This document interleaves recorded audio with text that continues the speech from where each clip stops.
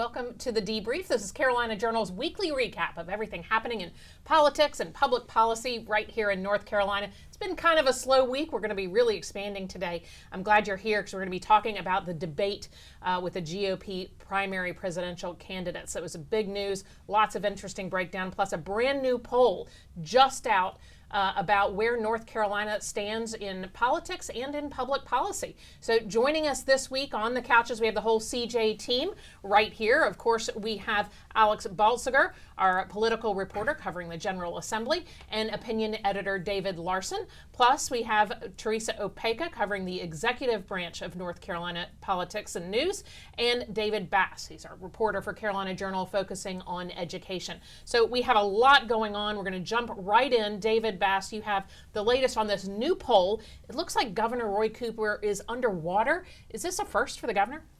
Yeah, so at least in recent history, it is the last 2 years or so. The new Civitas poll showed that he had an approval rating of 41% and a disapproval rating of 45%. And that's really flipped from even just 2 months ago in June when he had a 47% approval rating. So it's really interesting to see that kind of fairly dramatic shift in that short period of time. Different reasons why that might be the case. One big thing that's changed recently is veto-proof majorities are now in both chambers of the legislature. So before, Roy Cooper was a lame duck because this is his last term. He can't run again. But now he's like an even double lame duck because he doesn't have his veto power anymore. And he's also, I think, losing that power, he's also started to bring out some more bully pulpit kind of theatrics. Like he declared a statewide emergency for K-12 public education funding. He took credit for North Carolina's really good business climate rankings when really the legislature is the one that sets fiscal policy, so they have the credit. So he's done some things that I think a lot of people view as like, that's kind of odd, for him to be doing, maybe diminish some of his power as governor. So yeah, really significant results. We'll see if it's just a blip with the next poll, but we've definitely seen a decline. Yeah, in definitely his notable. What else is this poll telling us? Yeah, so interesting also with regard to the presidential race. The poll really had, I think the worst news was probably for Joe Biden. I was asked, who would you like to see take the oath of office after the 2024 election? Joe Biden was down there with only 18%. Trump was doing better with, close to 30%. But there's still a huge section of the electorate, and these are likely general election voters, still a huge section that would prefer a different candidate than Trump or Biden. Wow. And I think that really shows just how many people still are not, regardless of party, they're not satisfied with either of those options, at least right now. Sure. So there was also some interesting numbers about casinos. Tell me what that found. Right, so the question was put to likely voters of would you support basically a referendum to legalize casino gambling in the state? A vast majority of people wanted to see some sort of referendum on that. And then also a majority supported the legalization of this. There was a little bit more of a mixed bag when it came to what kind of like social ramifications there would be for legalized gambling, which is interesting. So there are a lot of people who are in favor, but they also acknowledge kind of the social consequences that might come along with some of that. Sure. Alex, I'm going to come to you. Actually, you've been covering the state legislature throughout this legislative session, which feels, again, like it's never going to end. But where are we on casinos, and what are your thoughts on it, what you're hearing?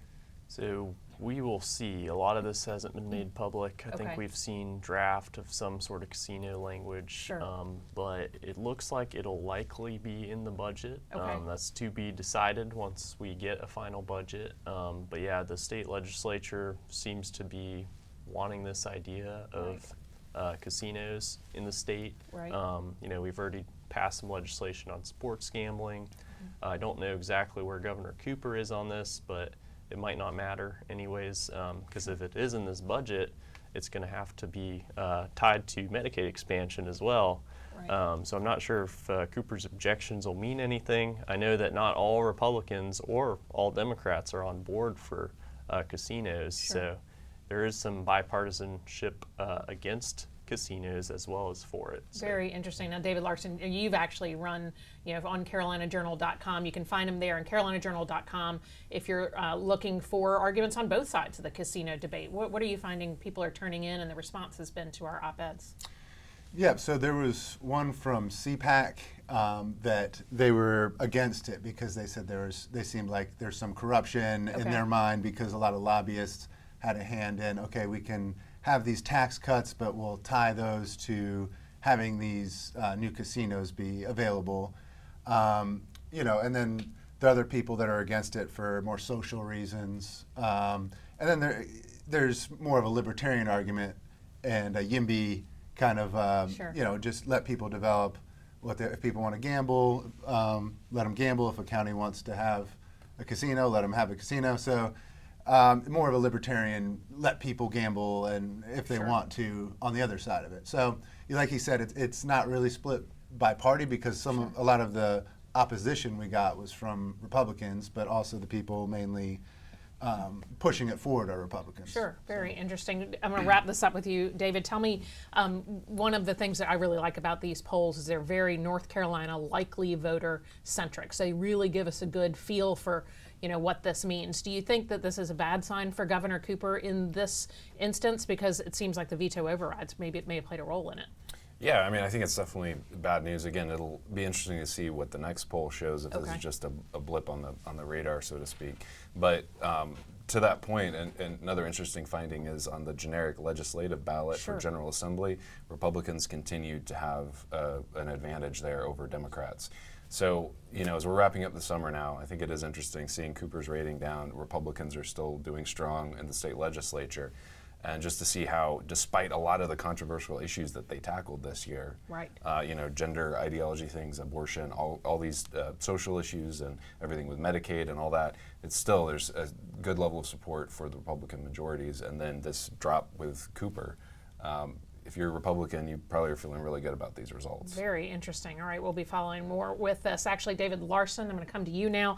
I couldn't help but really stay glued to the debate. It was a GOP primary presidential debate, a full slate, not quite as many as we had a couple of years ago when there was 19 or 17 people up there on the stage. Tell me what your thoughts were as we watched that, because there was one notable absence. Yes, I thought it was kind of clever. I guess with Martha McCallum, she said the elephant not in the room. Sure. And that being Trump. And so I think it was pretty interesting in that Trump was not there, being a major candidate, but also that he decided to have kind of competing content, in that he was getting interviewed at exactly 9 o'clock last night by Tucker Carlson, who was recently let go from Fox. So there's some bad blood there, I guess, and it might have been a smart move by Trump because he's in such a strong lead that to not be seen on the stage with them and to have his own competing program. Maybe there's good reason to do that. But even during the debate, a lot of it, Trump kind of loomed large behind. A lot of the questions were about him. Would you support him? What do you think about 2020 election? A couple of those were pretty big. I think we have a clip of that first question of, if Donald Trump were to be the nominee. He actually, I believe, is the only one who did not sign the Republican loyalty pledge. Everybody else said, whoever wins will support. Donald Trump would not agree to do that. So they're kind of like, so would you support him then if he is the winner? Here's what they had to say. We are going to take a brief moment and talk about the elephant not in the room. Former President Trump has been indicted in 4 different states on 91 counts. He will be processed tomorrow in Georgia at the Fulton County Jail for charges relating to the 2020 election loss. You all signed a pledge to support the eventual Republican nominee. If former President Trump is convicted in a court of law, would you still support him as your party's choice? Please raise your hand if you would.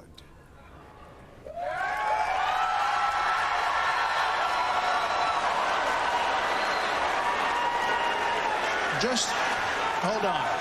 So just to be clear, Governor Christie, you were kind of late to the game there, but you raised your hand? No, I'm doing this. Look, I'm doing this. And not I know this. you didn't. Whoa. No. What's the Look, here's the bottom line. Very Someone's interesting. got I like the sort of, this everybody's conduct. looking around at each other to see who's going to raise their hand, right? Yeah, and Asa Hutchinson, I guess, is the only one that ultimately didn't. Exactly. Whether or And not I think it's you sort of believe that a criminal sign, charges are right you know, that or wrong. some of the people in the crowd were very much, it's clear they were for Trump, even though Trump was not there. So at one point, Chris Christie criticized Trump. And we don't have that clip, but you can find that. He literally, it's booed. There's a bunch of people cheering him too, but he criticized Trump's actions in 2020 after the election went to Biden. So I think it's kind of becoming a litmus test of, also whether or not Trump actually technically won, or not technically, but if he had the election stolen from him. Right. So at one point they asked Mike Pence, or they asked everybody else if Mike Pence did the right thing by certifying the 2020 results.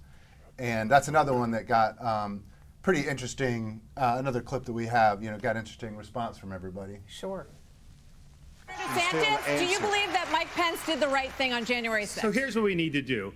We need to end the weaponization of these federal agencies. But that's not and the I will do question. that. That's not the question. I know, but here's the thing. gonna answer the This question? election is not about January 6th of 2021. It's about January 20th of 2025, when the next president is going to take office. I know what the Democrats would like to do. They want to talk about all these other issues, but we've got to focus on your future. We've got to focus on reversing the decline of our country. Right. I learned in the military, I was assigned with U.S. Navy SEALs in Iraq, that you focus on the mission above all else. You can't get distracted. So Republicans, we've got to look forward, and we've got to make sure that we're bringing the message that can win in Vice November President Pence, 2024. Did not answer the question. Did not answer the question. Vice President Pence, The mission of the President what of do the you United think, Vice States President? is to support and defend the Constitution of the United States. I think the American people deserve to know whether everyone on this stage agrees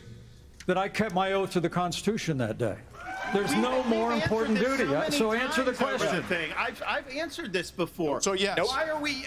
Mike did his duty. I got no beef with him. But here's the thing: is this what we're going to be focusing on? I'm relieved. Going forward. The rehashing of this. I'll tell you, Governor the DeSantis, Democrats would love that, and they will win if we Governor let him get away DeSantis, with it. I'm not letting Biden hang out in the basement this time. We're going to run him ragged around this country, and we're going to hold him accountable. DeSantis, do you believe that Mike Pence did the right thing on January? That is some barely contained rage. I mean, to be kind of tap dancing around it, not really wanting to answer the question, you could feel like the seething, boiling rage underneath the surface. I feel like a lot of the other candidates, the non-Trump candidates, just don't want to talk about him. They want to move forward, as he's saying. They don't want to have to answer these questions about, did he win? Did Mike Pence do the right thing? Right. So, and I think that's turning into, I think we have some polling on that too, but kind of a litmus test, as I was saying, because about 60%, this is Iowa, and they asked caucus goers, do you think the 2020 election was stolen? 51% did, and 41% do not. Another 8% aren't sure. But when you ask nationally, often you get 60% of Republicans say the election was stolen, and a lot of the rest do not. So it's kind of turning into a split in that, excuse me, that if you think the election was stolen, it's pretty clear. I think that's why Trump is so far ahead. If you have such a strong majority a lot of the time that thinks it's stolen, why would you not think he deserves another shot? So that's a pretty strong group. And then on the other side, there's another 40% or so that really think that's kind of silly, that just it's kind of conspiracy talk, and they want one of these other candidates, but it's sort of splitting up all the non-Trump vote. So I don't know how Republicans get out of it. It's sort of a trap in that, if they do if somehow a non-Trump candidate wins, a lot of the Trump loyalists are going to not like the answers about Mike Pence did the right thing because 2020 results were fine. But if you get Trump, a lot of these people who think it's just conspiracy nonsense to say 2020 was stolen, they're going to join, which about 70% of the country at large thinks the election was fine. So it's 70-30. Right. So it's So not like really a divide and winning. conquer? It's not really a winning issue for Republicans in general if they take it to the general. So it's kind of a rough position for the GOP to be in. I don't really know how they're going to resolve that in a way that makes them competitive to get all those factions together. Right. But just my last point here, we have one more little clip is here in Raleigh, that issue kind of came to head because John Kane Jr., who recently he lost against Michael Whatley for GOP chairman. He ran for GOP chairman, but he had a Trump won sign, and he has a camera trained on it, and he's had a few different incidents where people come up and kick it. People, this guy on the bike came and burned it, and so he put up. That went mega viral. Like Tim Pool, who's a national guy, a bunch of these major pro-Trump channels picked it up nationally, and so that happened in Raleigh. But it just shows kind of that idea of the 2020 election was stolen. You know, that's this major kind of elephant in the room. Like Trump's an elephant in the room. Even bigger in my mind is whether you believe that or not is sort of a split in the party right now that. You know, I kind of have my doubts that the Republicans are going to be able to figure out how to mend all of those factions and win with that kind of dynamic at play. Sure. So, Alex, I'm going to come to you. Do we have a divide and conquer situation for Democrats? You know, this may be an easy take if Republicans are so easily split. Besides the stupidity of not realizing that every single person has by now a Ring or Nest camera on your front door. I can't imagine not realizing that you would be recorded doing that. But passion is huge on both sides of this. Yeah, it is huge, and I do think Republicans are in a tricky spot. I do think it's surprising that this has become a mainstream idea that the election was stolen, especially after all this time where we've, been looking into whether or not, there's been pretty thorough investigations into whether or not it was stolen. But it is interesting. Obviously, it shows the weight that Trump has in the party. Sure. Just with how much sway he has over people's hearts and minds. Right. It is interesting. So we're talking about viewership for the events last night, the debate, because of course Trump having his interview with Tucker Carlson at the same time, drawing a ton of attention. The debate had 24 million views, and that's of course on broadcast. And Trump had 154 million impressions on Twitter with the Tucker Carlson interview. Now, that's kind of misleading in that an impression on Twitter is very different than a view. It is people who saw the post.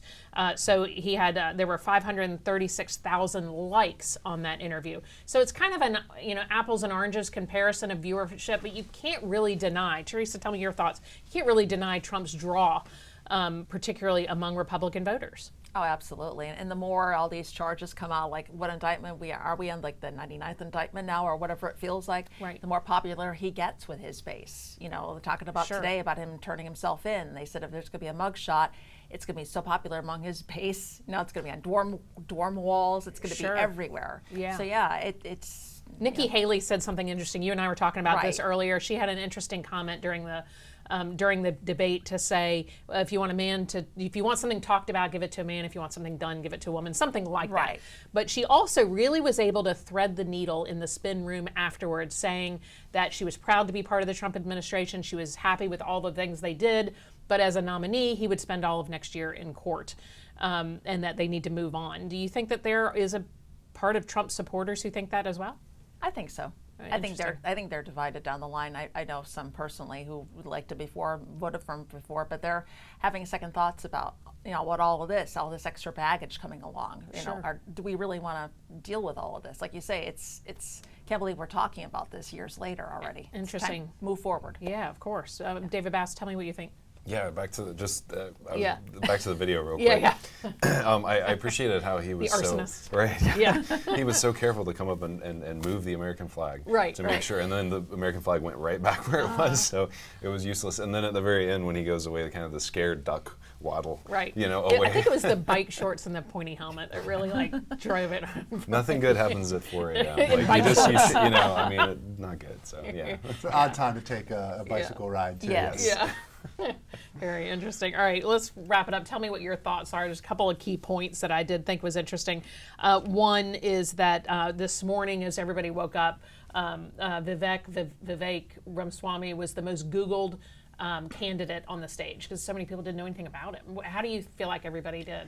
I think that was maybe the most, other than all the Trump being under the surface, the most interesting part was a lot of the pre-debate analysis was like, DeSantis is going to be attacked by everybody because he's the top of the second tier after Trump. Sure. So everybody's going to want to take him down so they can be at the top of that. Very little attack against DeSantis. I can't even really think of one. Right. Almost all of the fire went towards Vivek, who's he is in some polls beating DeSantis in certain places and certain polls. So he really rose from about nothing to. He's 38 years old, so he's a young guy. Sure. And he's already a billionaire, and maybe he's just, looking for a new mountain to conquer. Right. But I think he came across. He definitely grabbed attention, but it was very divided. I noticed that a lot of people in a CNN after forum of undecided voters, they actually picked him as their favorite. But online, I've seen a lot of people be like, that guy was so obnoxious. And so it seems like a very divided response to him, but I do think he maybe grabbed the most attention. Right. And then second to that, I would say maybe Nikki Haley Sure. and to an extent Chris Christie grabbed a lot of attention too in their maybe coming off as a little more authentic and less canned than some of the other candidates. Chris Christie did? Yes. Interesting. Yeah. Interesting, because he got the UFO question. And he handled that in a very jovial Chris Christie way. When he was Right. just like, really, you're giving me that? Why do I have to be the UFO guy? So I think that went pretty well for him. He didn't just stammer out some, like, oh, did I have a prepared response to UFOs? Like, he just kind Wasn't of. in my briefing notes. Yeah. Right. Who did you think stood out? I thought Nikki Haley did a really good job in the debate. I thought she definitely overperformed. Okay. Is probably a good term for it in terms of expectations. I think DeSantis held his own. Like he probably did what he wanted to do. He's been having the same talking points throughout the whole campaign, and he definitely latched on to some of his same messaging there. Someone I was surprised did not stand out a little bit more was Tim Scott. Right. So I think he was sort of maybe like 5th or 6th place or something like that, but I didn't feel like he really made his presence felt the way a lot of other candidates did, the way I felt like Pence did, and even Christie. But yeah, that was very interesting. Very I interesting. think the Tim Scott point is good because he's so great and personable under other circumstances, but he didn't stand out last night. And he'll have some other opportunities, I'm sure. I don't think he'll necessarily lose any ground because of this debate, but I didn't feel like he necessarily made enough of his presence to take a leap. Sure. All right, so one other thing that we're watching closely are some new voters, right? Some teenagers, high school seniors, college freshmen voting for the first time in 2024. We need to know where they are politically and ideologically to see what's coming down the road. Teresa, you have an interesting study about where 12th graders are today. Yes, it was at the University of Michigan. Okay. And first thing that struck me, thing we talked before we recorded, Alex P. Keaton is making a comeback, and that's probably going to date me, but it's from Me too. Family Ties from the 80s. Sure. Michael J. Fox. He was a staunch conservative Republican, loved Ronald Reagan at the time, was the president. It shows showing for male voters in 12th grade, they have about 25% favoritism toward conservatism. Interesting. Yeah, and that the surprising fact about that is that it's risen quite a bit in the last 3 years during the COVID-19 pandemic. So that was a very surprising figure. It's actually a reversal in the late 2000s. They were actually more liberal. Right. Yeah. Right. Very interesting. Yeah. And look at that, 1976, 25% of males were considered themselves liberal to 13% now. That is a long time, but it is, it's 2 generations or so. Yes. How did girls stack up? They were the exact opposite. Okay. They were about 30% for liberal. They were leaning liberal.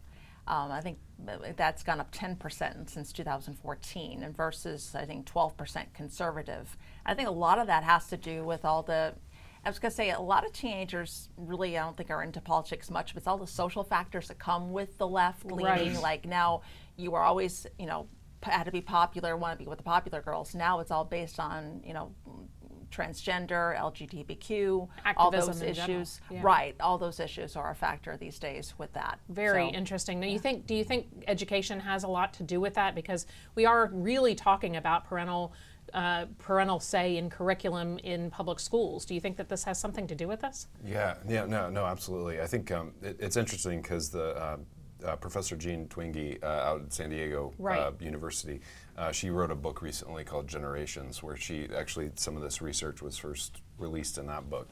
And her quote was basically, for liberals, the future is women. For conservatives, the future is men.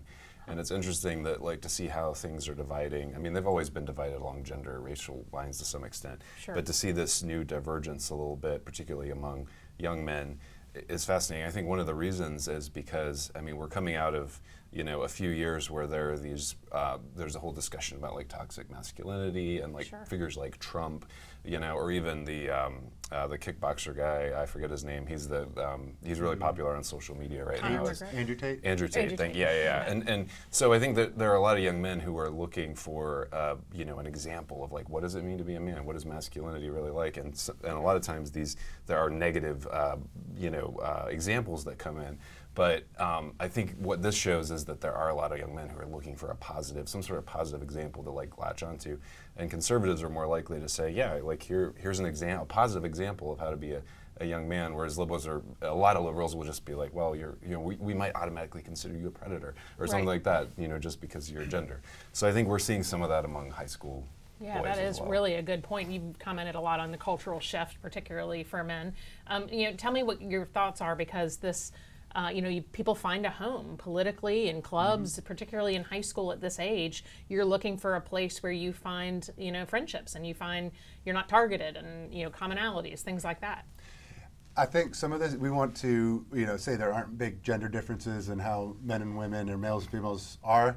But when I was looking at this data, it reminded me of kind of playground dynamics. A lot of teachers will say, like, on the playground, a lot of times you look around, the girls are all kind of clustered together.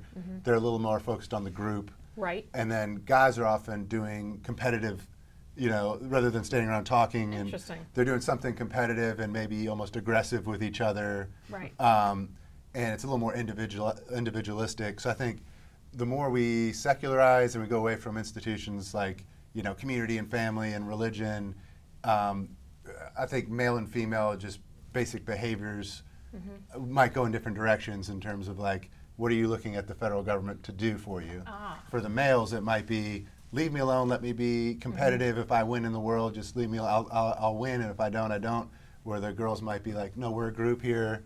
We deserve, the government should be kind of a big part of making sure everybody can move forward together. So I think some of it's just that kind of gender dynamics too. Oh, interesting. So you're, I I think, always pick on you for being the youngest. Yeah, I think it was interesting to note, like, I thought that graph showed how impressionable kids are too, because if you look at 1976 and you think about what was going on during those years, they had just been through like Nixon and Ford, and Carter got elected, and the kids were significantly more liberal. But then Reagan comes in, and all of a sudden it starts to flip, like pretty much right away. So I thought that was interesting. So we can take that and look at what's happening now. And Right.